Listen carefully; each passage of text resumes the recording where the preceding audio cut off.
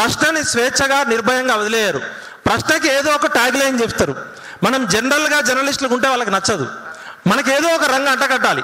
విఠల్ అనేటోడు పలానా పార్టీకి అమ్ముడు పోయిండు, లేకపోతే పలానా బండి సంజయ్ దగ్గర 3 కోట్లు తీసుకున్నాడు, లేకపోతే మొన్నటి దాకా కేసీఆర్ని తిట్టిండు, ఇప్పుడు కేసీఆర్ని పోగొడుతున్నాడు. అంటే మనం నిర్భయంగా మాట్లాడితే పాలకులు నచ్చదు. ఇలా రేవంత్ రెడ్డి గారు కూడా జాగృతి అనే పత్రికలో ఒక జర్నలిస్ట్గా పనిచేసిన అనుభవం ఉంది.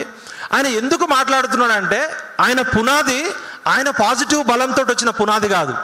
సోషల్ మీడియా బలము, ఉద్యమకారులు కేసీఆర్ని వ్యతిరేకిస్తే వచ్చిన బలము, తెలంగాణ సమాజం మొత్తంలో వచ్చిన బలంని కేసీఆర్ మీద ఉన్న వ్యతిరేక నెగిటివ్ ఎనర్జీ నుంచి ఇలా రేవంత్ రెడ్డి అనేటోడు సోషల్ మీడియా ద్వారా ముఖ్యమంత్రి అయ్యిండు. మరి ముఖ్యమంత్రి అయినాక ఈ 8 నెలల్లో ఒక నెరేటివ్, ఒక రీసెర్చ్ జరిగింది.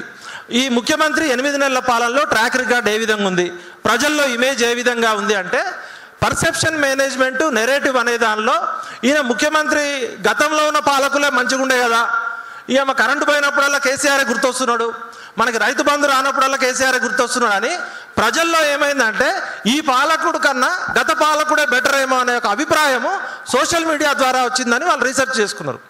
కాబట్టి సోషల్ మీడియా మన అధికారానికి ఉపయోగపడ్డది. ఇదే యూట్యూబ్ కొట్టాలు మన అధికారంలోకి రావడానికి ఉపయోగపడ్డాయి. మన అధికారం కూడా ఈ యూట్యూబ్ కొట్టాల ద్వారానే పోద్దని చెప్పి వాళ్ళకున్న కన్సల్టెంట్లు ఒక రిపోర్ట్ ఇచ్చారు. మీరు ఇప్పుడు ఇమీడియట్గా ఈ సోషల్ మీడియాని కంట్రోల్ చేయలేకపోతే ఖచ్చితంగా మీ ప్రభుత్వానికి బ్యాడ్ నేమ్ వస్తుంది. ఆల్రెడీ నిరుద్యోగుల్లో వ్యతిరేకత స్టార్ట్ అయింది. రైతుల్లో 100 మందిలో 50 మందే మీకు అనుకూలంగా ఉన్నారు. ఇది రాను రాను పెరుగుతుంది తప్ప మీ మీద వ్యతిరేకత తగ్గట్లేదని వాళ్ళకు రిపోర్ట్ వచ్చింది. మరి దీనికి ఏం చేయాలి? ఆయన ఒక సందర్భం ఎంచుకున్నాడు. జర్నలిస్టులకి ఒక 36 ఎకరాల భూమి ఇస్తూ గత ప్రభుత్వాలు 15 సంవత్సరాలు ఇయ్యలేకపోయినా కూడా ఇగో నేను చూసినావా మీ మెయిన్ స్ట్రీమ్ పత్రిక వాళ్ళకి ఒక మంత్రి ఏమంటాడు, మిమ్మల్ని కోటీశ్వరులు చేస్తున్నా అంటున్నాడు. ఇప్పుడు మనకి అందరం కట్టుకొని ఒక 20 ఏళ్ళు కోర్టులో పోరాడితే వాళ్ళ ఇంట్లో ఆస్తి తెచ్చి మనకు అప్పనంగా లంచం ఇచ్చినట్టు చెప్పి ఇగో మీకు ఇలా భూములు ఇస్తున్నాం, ఇక మీరు ఇప్పటి నుంచి మా డబ్బా కొట్టాలి. మా భజన చేసేటోళ్ళు జర్నలిస్టులు, మా భజన చేయని వాళ్ళు జర్నలిస్టులు కాదు. ఇప్పుడు సమాచారము స్వేచ్ఛగా నిర్భయంగా ప్రజలకి చేరవలసిన ఎకోసిస్టము ప్రజాస్వామ్యంలో 4th పిల్లర్ కాబట్టి దానికి ఆ ఎకోసిస్టమ్ కల్పించాల్సిన బాధ్యత పాలకులదే. అది రేవంత్ రెడ్డి, కేసీఆర్, ఎల్లయ్య, మల్లయ్య, పుల్లయ్య అని కాదు.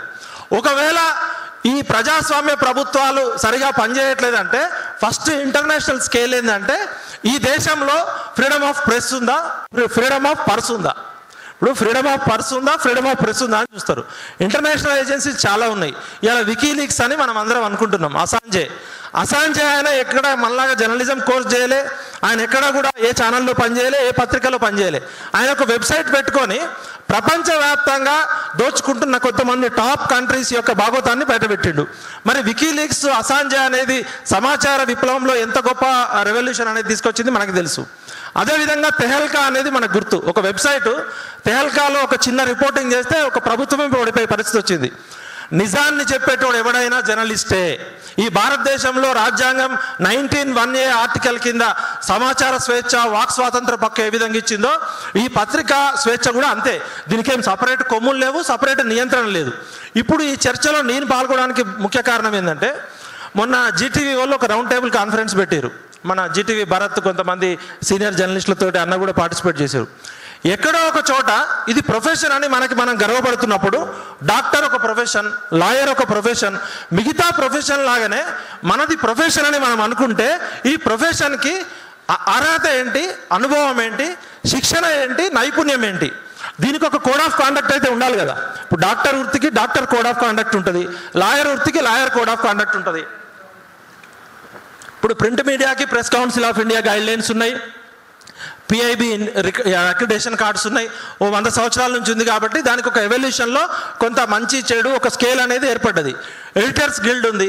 అదేవిధంగా నేను ఎలక్ట్రానిక్ మీడియాలో 96, 97లో పార్టిసిపేట్ చేసినప్పుడు shaking news, breaking news, sensationism, 24 hour news channels. అప్పుడు అసలు న్యూస్ దూరదర్శన్లో న్యూస్ వస్తేనే మనకు గొప్ప ఉండేది. ఈరోజు 24 hours న్యూస్ ఇచ్చినా కూడా ఎవరు చూడట్లే. ఎందుకంటే ఇట్స్ ఎ ప్రాసెస్ ఆఫ్ ఎవల్యూషన్లో దేనికి క్రెడిబిలిటీ ఉంటుందో, దేనికి ప్రజలు ఆదరిస్తారో అది మాత్రమే ఉంటుంది. ఒకప్పుడు టీవీ ఛానల్లో డిస్కషన్ పార్టిసిపేట్ చేయాలంటే వారంలో ఒక్కసారి వాళ్ళు ఎప్పుడు పిలుస్తారో, వాళ్ళు పిలిస్తే మనం ఎప్పుడు చెప్పాలనేది ఉండదు. ఇప్పుడు నాకే ఆలోచన వచ్చినా, మీకే ఆలోచన వచ్చినా మీ ఫోన్లో షూట్ చేసుకొని మీరు ప్రజలతో సమాచారాన్ని పంచుకుంటున్నారు.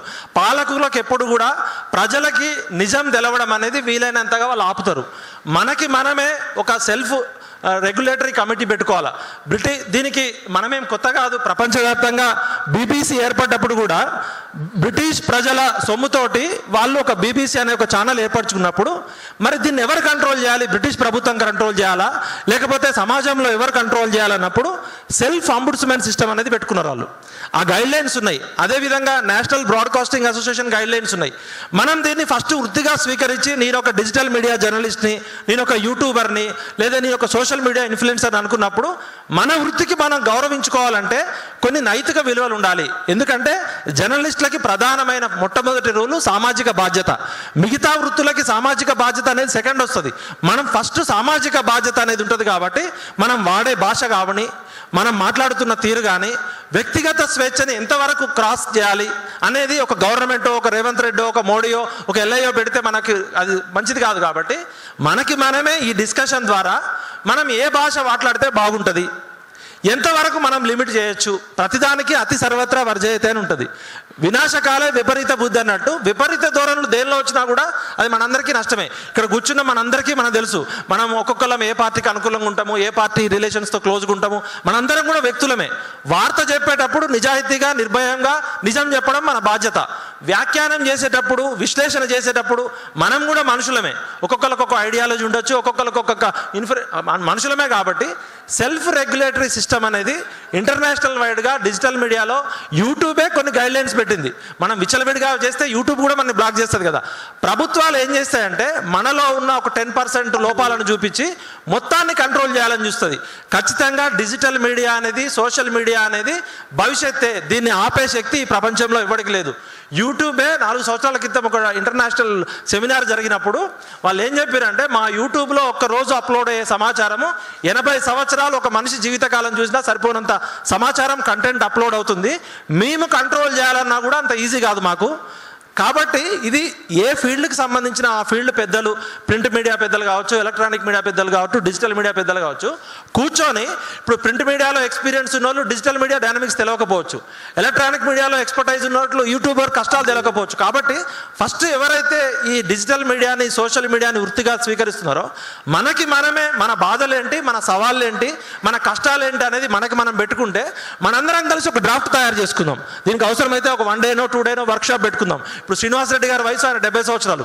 ఆయనకు తెలియకపోవచ్చు యూట్యూబ్లో డైనమిక్స్. లేకపోతే నేను ఒక 20 సంవత్సరాలు టీవీ ఛానల్లో పనిచేసిన, నాకు తెలియకపోవచ్చు. ఇప్పుడున్న కొత్త తరం ఈ వృత్తిలోకి రావాలనుకునేటోళ్ళకి గౌరవం ఇవ్వాలంటే ఫస్ట్ దానికి ఖచ్చితంగా కూడా అర్హత ఉండాలి, అనుభవం ఉండాలి, నైపుణ్యం ఉండాలి, శిక్షణ ఉండాలి, నైతిక నియమావళి అనేది, కోడ్ ఆఫ్ కండక్ట్ అనేది మనకి మనమే పెట్టుకోవాల్సిన బాధ్యత ఉంది. కాబట్టి ఖచ్చితంగా ఈ డిస్కషన్లో మనము రాజకీయాలు, రేవంత్ రెడ్డి, కేసీఆర్ వాళ్ళు ఇప్పుడు మనని జర్నలిస్టా కాదా అని ఆయన అడుగుతున్నాడు.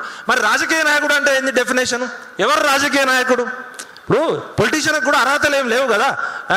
ఈ అర్హతలు ఉన్నోడే ముఖ్యమంత్రి కావాలి, ఈ అర్హతలు ఉన్నోడే ప్రధానమంత్రి కావాలి, ఈ అర్హతలు ఉన్నోడే ఎమ్మెల్యే కావాలని ఏం లేదు కదా.